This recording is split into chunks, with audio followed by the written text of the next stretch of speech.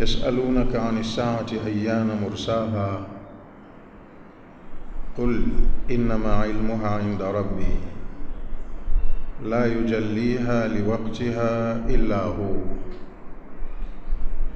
ثقلت في السماوات والأرض لا تأتيكم إلا بغتة يسألونك كأنك حفي عنها قل إنما علمها عند الله ولكن أكثر الناس لا يعلمون قل لا أملك لنفسي نفعا ولا ضرا إلا ما شاء الله ولو كنت أعلم الغيب لاستكثرت من الخير وما مسني السوء إن أنا إلا نذير وبشير لقوم يؤمنون. Katika sura yetu hii ya 7 leo tunasoma kuanzia aya 187 katika hii sura ya Al-A'raf. Bismillahirrahmanirrahim. Tunaanza kusoma kwa jina la Allah mwingi wa rehema mwenye kurehemu. Yas'alunaka 'ani saati ayyana mursaha, wanakuuliza watu kuhusu kiyama kinakuja lini. Mursaha kama ingekuwa ni safari ya meli, basi kwenye kituo cha mwisho pale inapokwenda kutia nanga, inapofunga gati ndo ishafika. Sasa tunaambiwa kiyama kiko njiani. Walikuwa wanataka kujua taarifa kitakuwa mwaka gani, mwezi gani, saa ngapi, wapewe data kamili. Sababu nuzuli hadhihi al-aya, sababu ya kushuka aya hii, ruya imesimuliwa anna al-mushrikina qalu lin-nabiy sallallahu alayhi wasallam, imesimuliwa kwamba washirikina walimwambia mtume Muhammad sallallahu alayhi wasallam, in kunta nabiyya, kama wewe ni mtume, fa akhbirna 'ani saati mata taqum, hebu tujulishe kiyama kitasimama lini. Fa anzala Allahu, ndo akateremsha Allah aya hiyo, yas'alunaka 'ani saati ayyana mursaha, wanakuuliza kuhusiana na kiyama kitafika lini, lini kitatia nanga. Maana yake ni kwamba yas'alunaka ya Muhammadun 'anil qiyama, ewe Muhammad, watu wako wanakuuliza kuhusu kiyama. Ayyana mursaha, ni siku gani kwa uhakika kitakuwa kimefika, yani mata wuqu'iha wa huduthiha, kitajiri lini na kitatokea lini. Walitaka exact time ya kiyama, mwaka, mwezi, siku, saa. Wasumiyatil qiyamatu saa, kiyama kinaitwa kwa jina hili saa, lisur'ati ma fiha min alhisabi, kwa sababu ya wepesi wa yale yatakayojiri katika mahesabu ya amali za watu na malipo yao. Fasta inafanyika. Ka kaulihi ta'ala, ni kama Allah alivyosema kwenye kauli yake nyingine, wama amru saati illa kalamhil basari au huwa aqrab, zoezi zima la hicho kiyama litakuwa ni kama kupepesa kwa jicho tu, au kupepesa kwa jicho kunachelewa zaidi kuliko hicho kiyama. Kwa hiyo imeitwa saa kwa sababu ya muda mfupi mambo yote yatakuwa yamekamilika.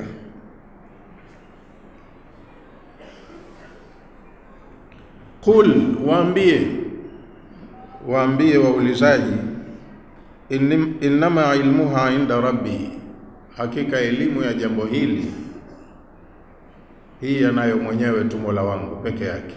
Hakuna mtu mwingine anajua, wala hakuna kiumbe mwingine anayejua. Innama ilmuha inda rabbi, kwenye suratu Naziati iko kama hivi: yasalunaka anis saati ayyana mursaha, wanakuuliza kuhusu kiyama lini kitatia nanga. Badala ya kupewa jawabu akaulizwa na Yesu, wala fima anta min dhikraha, we na kiyama wapi na wapi? Inakuhusu nini elimu ya kiyama wewe?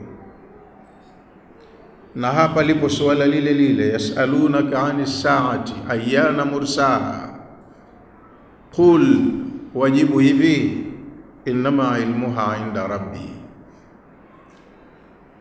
Kuhusiana na kiyama, elimu yake iko kwa Mola wangu mwenyewe tu peke yake. Wanawachuoni wanatuambia katika Qur'ani kuna aina mbili za maswali, sio maswali mawili.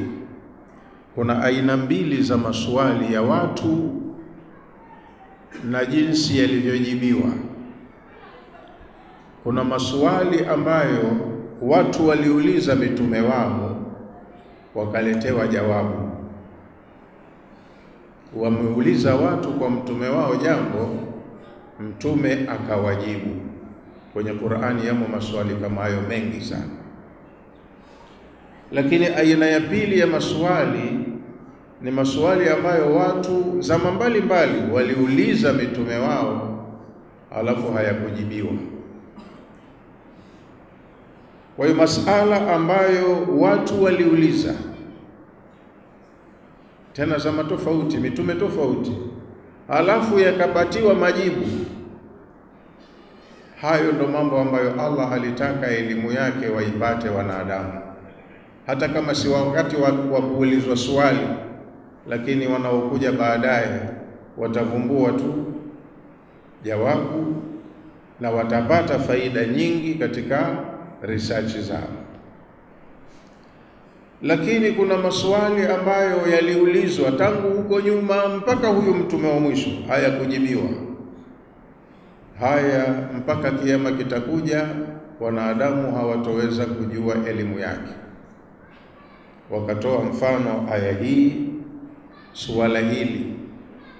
Watu wote wa mitume wote waliwauliza mitume wao, maana mitume wote waliwaonya umati zao na suala la kiyama kuwa kiko karibu.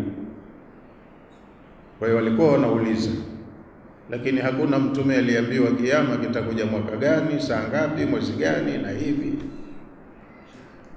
Suala jingine kwa mfano ni kuhusu suala la roho. Yasalunaka anir ruh, wanakuuliza kuhusu roho. Roho ndo nini? Haina jawabu. Qul ruhu min amri rabbi, ndo jawabu waloambiwa. Waambie roho ni katika mambo ambayo elimu yake iko kwa Mola wangu mwenyewe peke yake. Kama lingelijibiwa suala la roho ni nini, au lingelijibiwa suala la kiyama kinakuja lini, juhudi za binadamu na kujituma kwao katika kufanya tafiti, wangeshakuja na uzushi mwingine,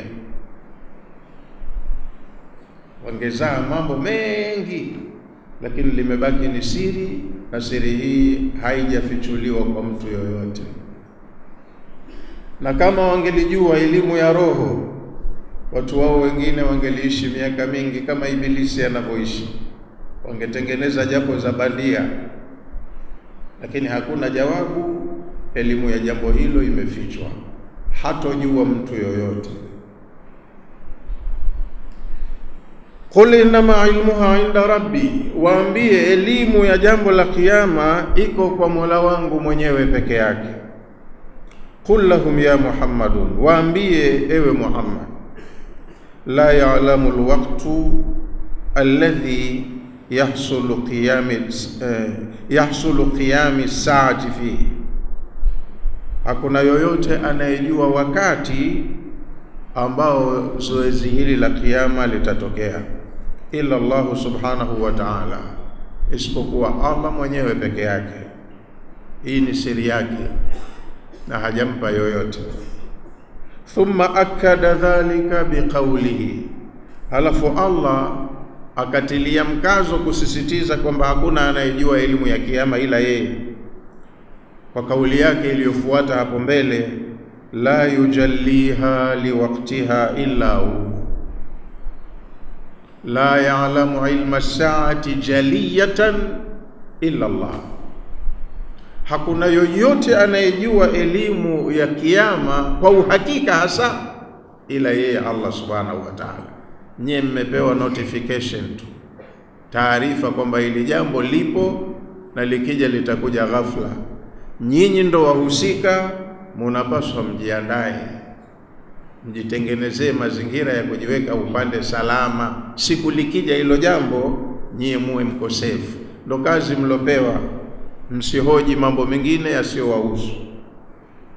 La yujalliha liwaqtiha illa hu, hakuna anayejua kwa uhakika wakati wa kiyama ila yeye Allah subhanahu wa ta'ala. La yakshifu amraha, hakuna anayeweza kukashifu jambo lake, jambo la kiyama. Kukashifu ni kujua kitu nje ndani, ndani nje, juu chini, chini juu. Una umahiri na weledi wa kukifahamu. Sasa suala hili katika viumbe hakuna anayejua, anajua muumbaji peke yake. Wala yudhhiruha linnasi au wala yadhharuha linnasi illa ar-rabb subhanahu wa ta'ala, haliwi hili jambo ni dhahiri lenye kueleweka kwa watu ila linaeleweka kwake Allah peke yake, Mola mlezi subhanahu. Bidhati, Allah mwenyewe ndo analijua kwa uhakika, kwa sababu ndiye aliyeumba mbingu na ardhi na vilivyomo ndani yake, akatengeneza mienendo ya vinavyokwenda na kila kimoja akakiwekea umri wake. Deadline ikifika, basi kilichopangwa kutokea baada ya hapo kinatokea. Kwa hiyo anayejua siri ya kimaumbile ya ulimwengu ni aliyeumba ulimwengu. Mambo kama haya mengine ni siri yake, hajamjulisha yoyote. Fahuwa alalimu biwaqtiha, kwa hiyo ni yeye Allah peke yake ndiye anayejua wakati wa tukio hilo. Lini atafanya hilo jambo anajua yeye. Yeye ndo muidhinishaji, yeye ndo mfanyaji wa hilo jambo. Akaendelea tena kusisitiza Allah subhanahu wa ta'ala kwamba ni jambo lisiloeleweka na yoyote. Akasema thaqulat fi samawati wal ardi, jambo hili limekuwa zito kujulikanwa. Hawalijui viumbe wa mbinguni wala hawalijui viumbe wa ardhini. Hata hao malaika walio karibu na Allah kwa dhamana zao, na wao pia hawajui, hawajapewa elimu hii. Hajui Jibril wala Israfil wala Mikail wala malakul mauti wala wengineo. Hata hamalatul arshi pia hawajui. Ni jambo lililo katika ilmu yake Allah mwenyewe. Thaqulat, limekuwa zito kujulikana, ni siri nzito. Fi samawati, mbinguni ili jambo ni siri halieleweki. Wal ardi, na kwenye ardhi ili jambo halieleweki na yoyote.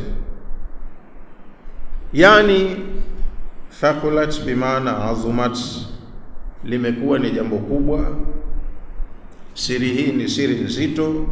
Ala ahli samawati wal ardi, hawalijui jambo hili viumbe wa mbinguni wala viumbe wa ardhini.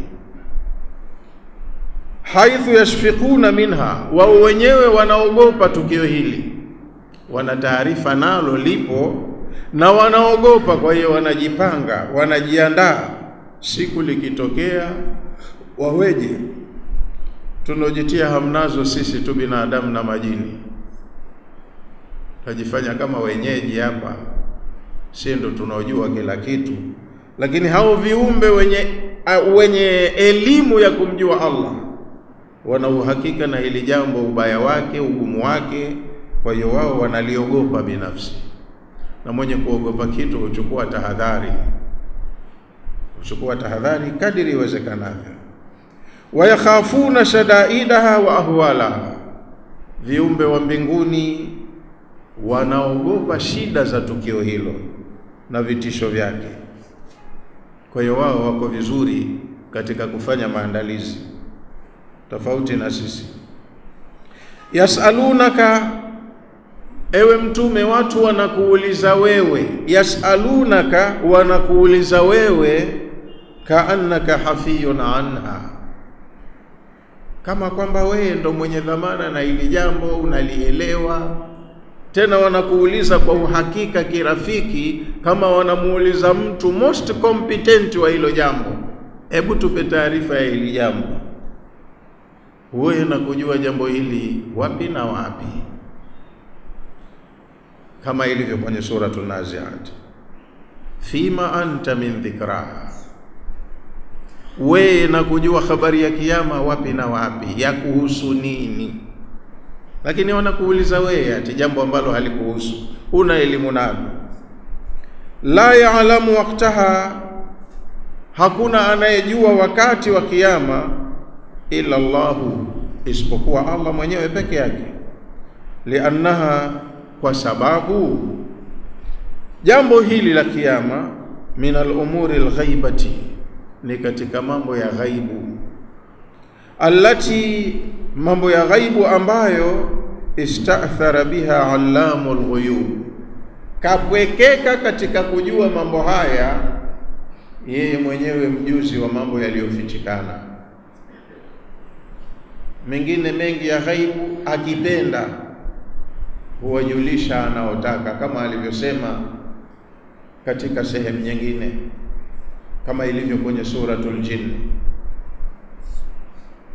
kwamba hamdhihirishi ghaibu yake yoyote, la yudhihiru ala ghaibihi ahada, hamdhihirishi ghaibu yake yoyote, illa man irtada min rasuli, isipokuwa kuna katika mitume ambao karidhika nao kuwapa baadhi ya mambo ya ghaibu kiasi ya haja, basi huwa anawapa kiasi ya hiyo haja, sio haya mambo mengine muhimu. Haya ni siri zake Allah. Walakinna akthara an-nasi la ya'lamun, lakini watu wengi hawajui hasa uhakika wa Allah, uwezo wake na mambo ambayo ameyamiliki. Hawamjui viumbe muumba wao, kwa hiyo wengi wanamfikiria sivyo, wanamdhania vibaya, wanamu-underestimate.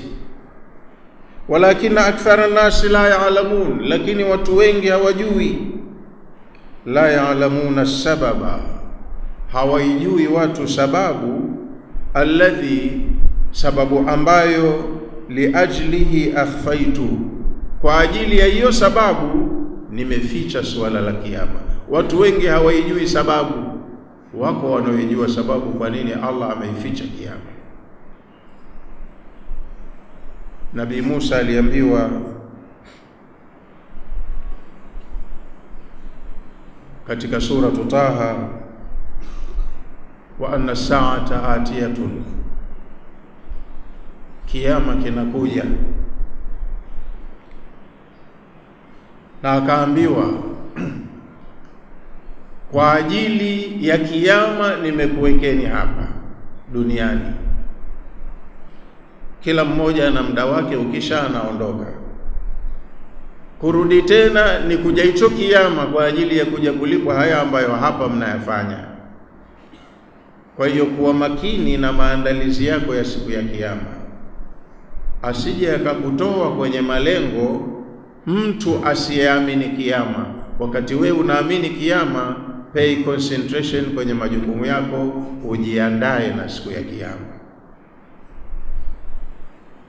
Anasema anna sa'ata la atiyatun akadu ukhfiha litujza kullu nafsin bima tas'a. Kiyama kipo bwana. Wa anna sa'ata la atiyatun, kiyama kipo, kinakuja. Akadu ukhfiha, mimi mwenyewe binafsi nilikaribia nijifiche hata mimi nisijue. Ndio maana yake ule unyeti wa jambo lenyewe ni siri. Hii siri yangu, nimeazimia kulifanya jambo hili liwe siri, ili watu wawe huru kufanya yale ambayo ninayapima. Litujza kullu nafsin bima tasaa, ili ikija hiyo saa kila mtu hapo ndo atalipwa kile alichofanya. Yani kuna mambo, kwa mfano mauti, ingelikuwa tumepewa taarifa mapema, wewe bwana unaishi siku ngapi katika ardhi hii, halafu ukawa katika kutembea yako dakika zinasoma, imebaki miezi 8 tu mimi ninakufa.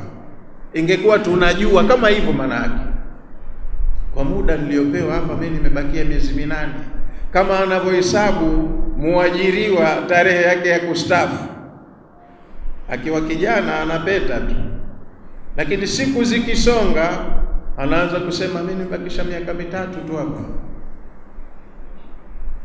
nimebakisha 2 tu, mwaka kesho hapa mimi naanza kujiandaa kwenda hija. Yategemea mafao yake aende hija. Sasa ingelikuwa ni mauti, mmejulishwa lini unakufa, ungekufa kabla hiyo siku kufika, kwa kile kihoro. Seuze kiyama. Sasa hivi dunia ndo kwanza watu wanaiona mpya tu,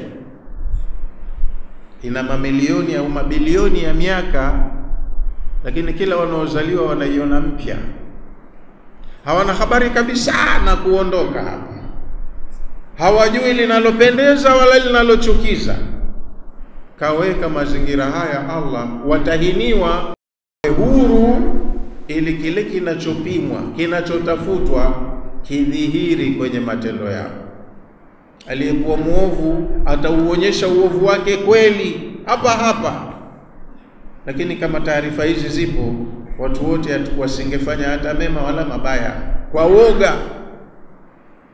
Kwa hiyo kaficha, katoa taarifa ili jambo lipo, lakini waliopewa taarifa kiasi kwamba wanaona kama mzaha, kama tunataniwa vile. Kwa hiyo kafanya hivyo kwa sababu zake. Anasema la ya'lamuna sababa, watu hawajui sababu kwa nini nimeficha kiyama. La ya'lamuna sababa alladhi liajlihi akhfaitu, hawajui sababu alladhi biajlihi ukhfiyat, sababu ambayo kwa ajili ya hiyo sababu kimefichwa kiyama. Hawajui watu, kumbe ndo wamepewa uhuru wafanye wanayoyafanya. Mtu anakufuru muda wake wote, anasema maneno mabaya, lau kama yatatupwa baharini athari yake maji yatabadilika, lakini mtu haogopi. Qala al-Imam al-Fakhr, amesema mwana wa chuoni Fakhru Razi, wal hikmatu fi ikhfa'i saa, hikma iliyopo katika kukificha kiyama, anil ibadi, kimefichwa wasijue viumbe kinakuja lini. Annahum idha lam ya'lamu, ni kwa sababu ikiwa viumbe hawatoijua siku ya kuja kiyama, mata takunu, lini kitakuwa, kanu ala hadharin minha, kama wanaijua sababu, kama wanaijua saa lini kiyama kinakuja, kanu ala hadharin minha, wangelichukua tahadhari kubwa. Na tahadhari yao, fayakunu dhalika adaa ila taa, wangekuwa wanalazimika kutii kwa kipenda wasipende, kwa ule woga. Bwana isije ikawa nikamalizia vibaya. Ingelikuwa wanatii, wangekuwa na nidhamu ya woga. Lakini sasa hivi hapa mtu anafanya akiwa free, huru, haogopi wala nini. Mwema anafanya yale mema kwa ridhaa yake na moyo mkunjufu, akapata maksi kwenye mtihani wake, kafanya vizuri.